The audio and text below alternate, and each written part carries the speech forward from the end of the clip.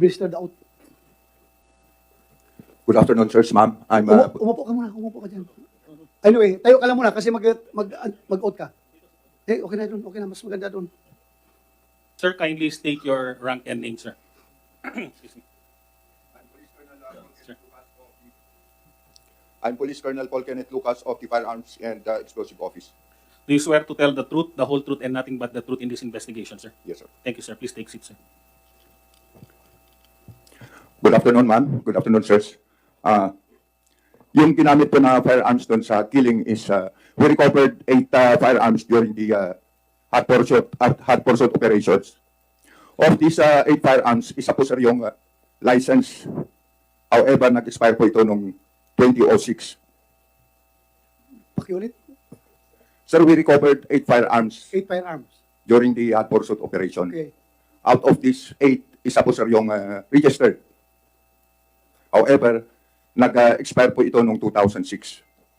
Anong mga armas ito? Yung mga sinasabi mong 8 firearms? Can you give us some details? Yung sinabi ko po sir, based lang po sa verification submitted, requested by the operating units. Hindi po ako private kung kanino po sir kanino po ma'am na confiscate itong mga baril na ito. Okay, we will go back to that later. Ibigay mo muna yung details ng mga firearms na sinasabi mo. Yes sir. Sige, kanino nakarehistro? It was registered to Mr. Ramos Ho, resident of Dumaguete City. Tapos, natanong na ninyo, yung Ramos Ho na yan, bakit na-involve yung baril niya? We tried to locate, sir. Pinapuntahan namin yung address dahil based doon sa registration ng firearms niya, andun yung address. Pinapuntahan namin doon sa address in coordination with our RCSUs. Unfortunately, sir, hindi na mahanap sir itong tao. Pero andun pa yung bahay niya, andun pa yung pamilya niya, yung tao lang ang hindi malukay. Yes, sir. Pamilya andun? Sir, hindi ko categorically masagot po yan, sir. Pero yung address, it may be na fictitious, sir, yung alam mo, inilagay, sir, na address doon, sir. Colonel Lucas, dapat yung mga ganyang detalye, ganito kasensitibo itong kaso na ito. Yung mga issue naman na nandun sa region, under sa inyo yan, dapat handa na kayo sa mga sagot dito. Pinuntahan ng bahay, kung nandun ang pamilya lang ba ang doon, ang tao ang wala, or up to the last details, dapat alam ninyo. Dahil para bang, hindi lang ko masasabi na ill-prepared yung mga sagot ninyo, kundi para bang, hindi kayo interesado mabigyan ng hustisya itong mga namatay na ito. Please, Tapos, please, Mr. palapin mo kung saan yung tao na yan, nandiyan pa bang pamilya niya, siya lang ang sumibat, hindi malocate, or fictitious itong tao na ito na wala talagang totoong tao na ganito. Yes, questions like that should be answered, ha? Yes, sir. Then, Mr. Chair, yes, sir. Sagutin mo natin yung NBI, si Atty. De Limos. Chair, I would like to volunteer information on the statement of General Lucas, that the firearm identified was actually a subject of a case investigated by the NBI, where we filed a case of illegal possession of firearms against Mr. Anthony Ho. And the said firearm was surrendered to the court, Regional Trial Court Branch 39 in Dumaguete. And the same firearm was received by the supply officer of, I think, the court, by the name of Supply Officer PNCO Isidro Timprosa. Ulit, supply officer of what unit?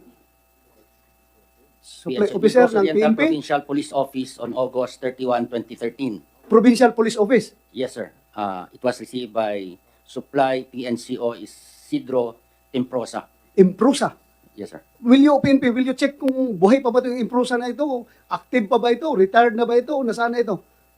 Supply Sergeant yan, kilalang yan. Can you respond, Colonel Flores? Your Honor, yes, sir. Actually, this is the case of tama po sila, sir, na it was the subject of SW of the NBI in 2006. And then this, hindi na po ito yung isang gamit, marami silang na-recover kay Ho. It was being at the kept of the court. However, sir, when we trace this back, really we found out na merong dokumento na these firearms was transferred or for temporary custody to the PNP by our supply officer at the Negros Oriental Police Office. And he was already retired on 2013. Sir. And according to him, when we invited him to appear before us, he told us that the said firearms was borrowed by him, by the former provincial director, which is already died sometime. Sino? Sino provincial director yun? The late Colonel Bertuccio, sir. Bertus Hill? Bertuccio. Colonel Bertusio? Yes, sir. Patay na po ito. We invited also his wife. And then when we verified sa R4 namin, meron siya tinan-over na M16, but it's not the M16 that was being in question. Then when we check, sir, wala ko sa LDIMS to ng PMP, yung pong ating Logistic Information Database System, wherein doon po nilalagay natin lahat ng organic na firearms ng PMP. So therefore, we concluded, sir, na tinan-over to sa kanya without the logging or recording for temporary custody. Then I asked him to verify some personnel of the supply kung meron bang mga firearms na naroon. And then when we check, we gave it to them, the list that was turned over. Isa nga po doon sa nakalista yung baril na yun. However, sir, that firearms is tampered. Yung first number at huling number, nung serial number ng baril, ng investigahan ng FPU, lumalabas, sir, na tampered yung first number at saka yung last number, which is, sir, the same serial number that was the firearms confiscated 2006 during the search warrant of the NBI, sir. And for information, sir, we already filed a case against our retired supply officer in a criminal case. We have here our legal officer who can attest to that, sir. That is subject for our investigation, ma'am. Hindi po namin masabi sa ngayon kung ibinenta to o nawala o somebody get it from the custody of the PNP. But we already filed a case against this retired supply officer of ours. Actually, identified po lahat, sir, yung tatlo. Pati yung may-ari. Maybe, kulang dyan HPG para ma-expound niya lalo. HPG? Highway Patrol. Dapat ready kayo palagi. Dito po si General Raul Bargamento, sir. Yeah, but before that, Director De Limos is raising his hand. You have the floor, Attorney De Limos. We can also help as to the ownership of the three vehicles used. The Montero with plate number YAP163, gray, were previously owned by Mr. Amir Babao, Miguel Casquejo, and the last owner is a certain Asan Habjib. The Pajero with plate number NCQ735 were previously owned by Chris Abelio Villadulid, and the last registered owner is Altron Logistics Incorporated, owned by Mr. Marvin Jan Doroni. And the Isuzu Fuego plate number GRY162, the last person who owns this is Mr. Androgo as of March 1, 2023. And Yes, are these yes, people sir. being investigated? Yes, sir, yes, sir. What happened? May subpoena. Subpoena were sent to all of these registered owners, and our Bacolod NBI office is investigating Mr. Androgo, as Mr. Androgo is based in Bacolod City. Thank you for that. Highway Patrol, take your oath, please. Kindly state your rank and name, sir. Police Brigadier General Raul Loy Bargamento, Director HPG. Thank you, sir. Do you swear to tell the truth, the whole truth, and nothing but the truth in this investigation, sir? Yes, Your Honor. Thank you, sir. Please take your seat, sir. Yes, please answer the question. What our NBI Director have said, Your Honor, is the same with what we have in HPG, sir. So, Yes, Mr. Chair. yeah, inimbestigahan na nyo ito? Yes, sir. Anong sabi nila? Bakit na-involve yung sakyan nila?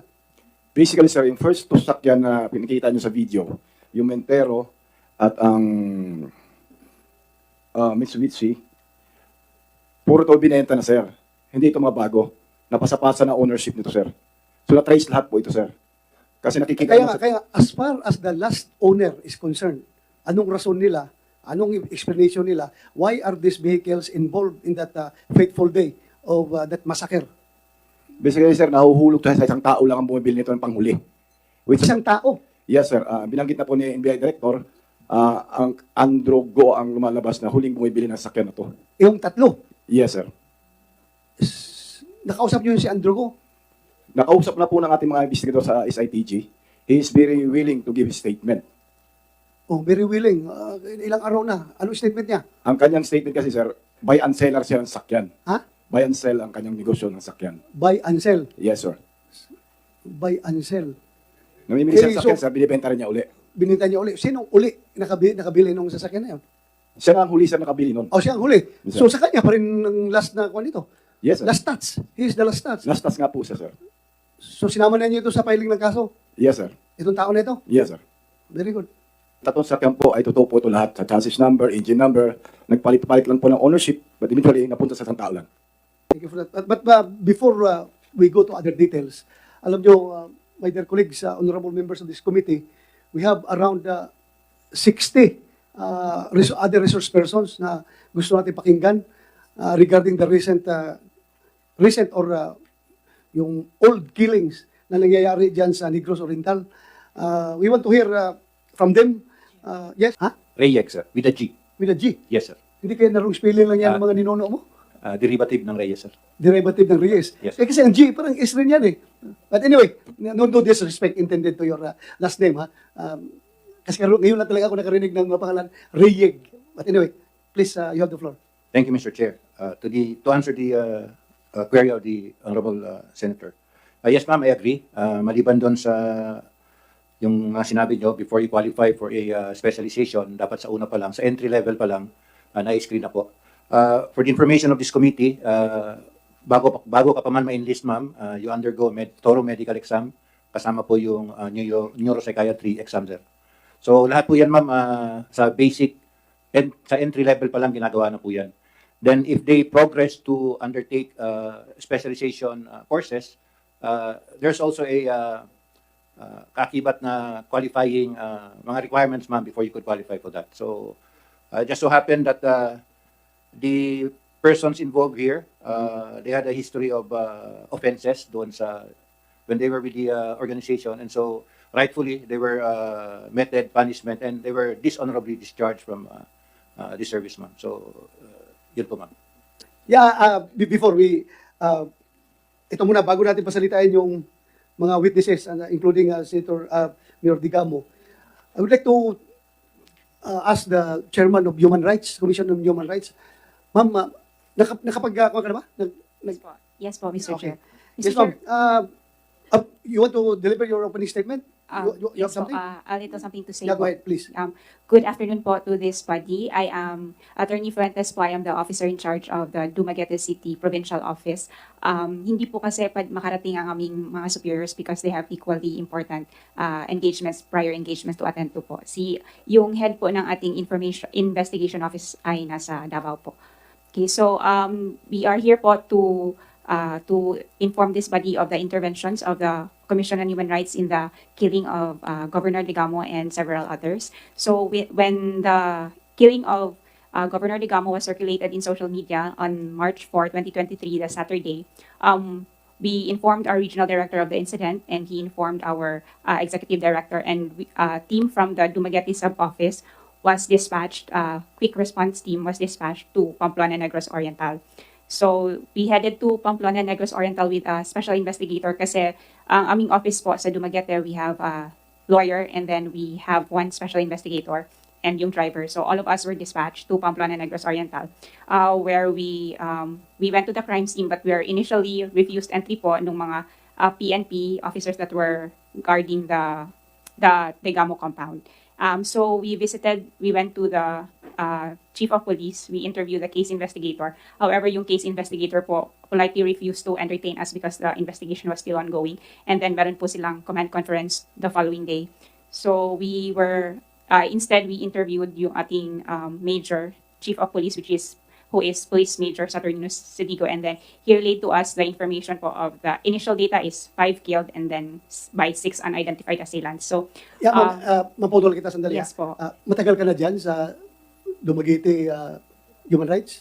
Dumaguete City po, 2015. I 2015? was assigned in Dumaguete City Okay, so for andyan ka na pala 2015. because ganito ang question ko, not so much on the Digamo killing, ha? Yung prior killings before the Digamo killing. Kasi during the 18th Congress, last Congress, this committee conducted an investigation on the spate of killings in Negros Island. It was mentioned during the hearings and reflected in our committee report the following recommendations. Number 1, deploy additional forces of the AFP and PNP to address the security needs of the people in Negros. Number 2, deploy more CHR investigating officers in Negros Island for the continuing investigation of complaints or allegations of violations of human rights abuses against local residents, among others. May we know if these recommendations of this committee were addressed by the Commission on Human Rights? Because after that investigation, during budget hearings, I was the one sponsoring the budget of the CHR, at palagi ko yung tinatanong, ano nang update doon sa mga Negros killings. Gusto natin, wala nang mamatay dyan, kaya dapat kayong Commission on Human Rights should actively participate in the investigation. So, nagdagdag ba kayo? Kasi ang reklamo noon ni late Chairman Gascon, kulang daw kayo ng mga investigators dyan sa Negros. And one of my recommendations was for you to deploy additional lawyers as investigators doon sa Negros Island. And sinabihan ko pa nga sila na marami kayong abogado dyan sa central office ninyo, hiramin nyo muna yan, i-deploy nyo muna doon sa Negros para mahinto na itong Negros killings. What were your subsequent actions after those hearings, ma'am? Ng gobernador na magsasalita pa sa hearing na ito. Dahil wala na si Gobernador Digamo. But anyway, before you answer, ma'am, I would like to excuse Chairman George Garcia. Alam kong busy-busy ka dahil coming na naman yung barangay elections. Sir, unless you want to say something or meron tayong question sa kanya? Wala. You are excused, Mr. Chairman. And thank you for your presence. Salamat po. Yeah, ma'am, go ahead. You may respond. Yes.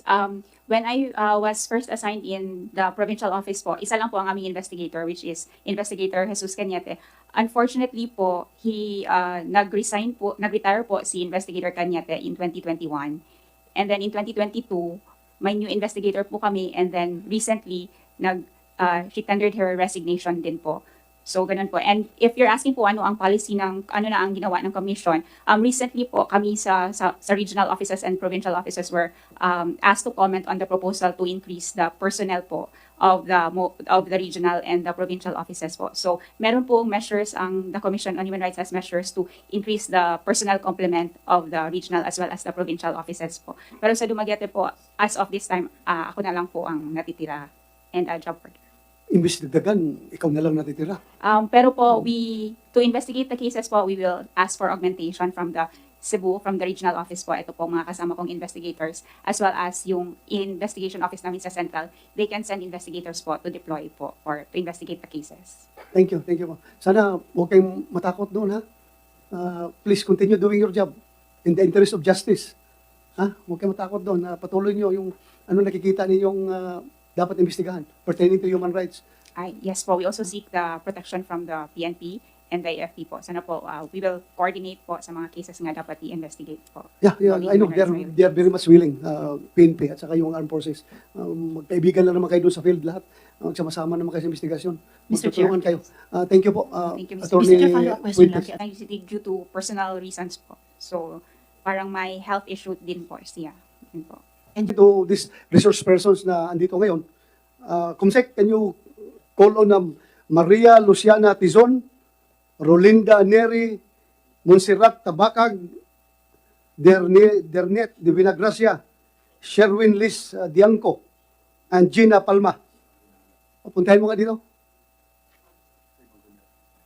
Mr. Chair, while we are waiting for the other resource persons, I'll just take advantage of the lull. No? Siguro may tatanong ako sa PNP regarding the private armies issue. Considering as we saw on the video, talagang well-trained, no? Talagang coordinated. Mukhang nag-practice ito talaga in undertaking the assassination of Governor Digamo. Ang tanong lang sa PNP, sabi nga ito failure of intelligence. Di ba? Siguro marami sa inyo naging regional or provincial heads, no, ng PNP. Parang imposible na hindi maamoy na merong ganitong private armies o ganitong klaseng operation na nangyayari, na nagre-rehearse. Wala ba nakaamoy nito doon sa regional office or sa provincial office ng Region 7? Kasi nakakalungkot dito, Mr. Chair, we have been defending the PNP budget. Nagtutulungan tayo dito. Lahat ng request nila, may intelligence fund ang PNP na nasa 800 million. Paano ito na-utilize? Paano nakalusot? Yung ganitong may private army pang naiwan, meron pang kinondak na ganitong klaseng assassination, talagang praktisado. Chairman, kita-kita niyo naman yung kilos nila. Halatang nag-rehearse ito.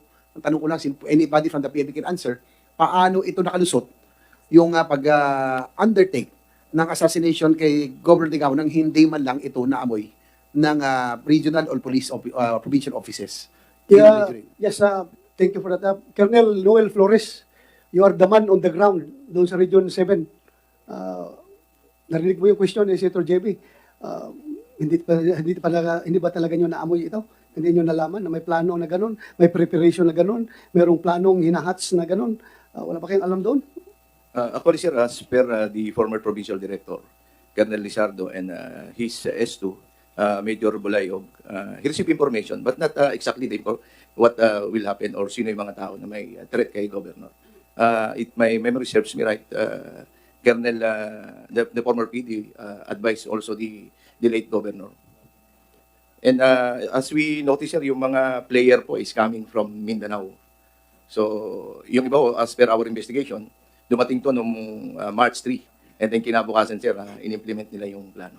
So, ibig sabihin, Mr. Chair, tanong ko lang, sorry, yung hindi doon sinagawa yung pagpapractice kasi talagang praktisado ito eh. Di ba? So, sinasabi niyo, Colonel Flores, that yung preparation for this assassination attempt was not done in Negros or Oriental? Actually, sir, some of the players is coming from matagal na po dito based on their extrajudicial accommodation na yung isang nagbigay is, doon sila mismo nag-practice sa area. Saan area? Ang minention doon sa extrajudicial na sinasabi nila is central. Yun lang po yung Central? sinabi nila. Yes po. When you say central, what is central? Yun lang po yung nakalagay, sir, doon sa extrajudicial ng mga arrested suspects. So, hindi na nyo pinalo up. Ano yung ibig sabihin ng central? Central Elementary School? Central High School? Yes. Sugar Central? O Central Convenience Store? What's central is that? Parang umiwas kayo sa informasyon. Yes, sir, but Sabihin nyo, kung ano yung, we know what the do you fact mean that by is central? the sugar central in Oh, yun naman pala eh. Sugar Central. Yes, sir. Doon sila nagpa-practice. Yes, sir, based on the extrajudicial confession. Sino may-ari ng Sugar Central na yun? I think, sir, is the Tevez family, sir. Based on record, sir. Wala kayo narinig na putok-putok doon? Normal yan. Merong mga taga doon na mag-report siya, may putukan doon, nagpa-practice. Hindi nyo narinig. We don't receive any information when it comes to that, sir. Yun ang problema ngayon dyan. So kung meron kayong magandang intelligence, dapat nalaman ninyo yun. Kasi coming from the mouth of the suspect, na doon sila sa Central, nag-dry run, nagkakandak ng dry run, nagpa-practice, dapat na-monitor ninyo yun. Yes, General Karamat.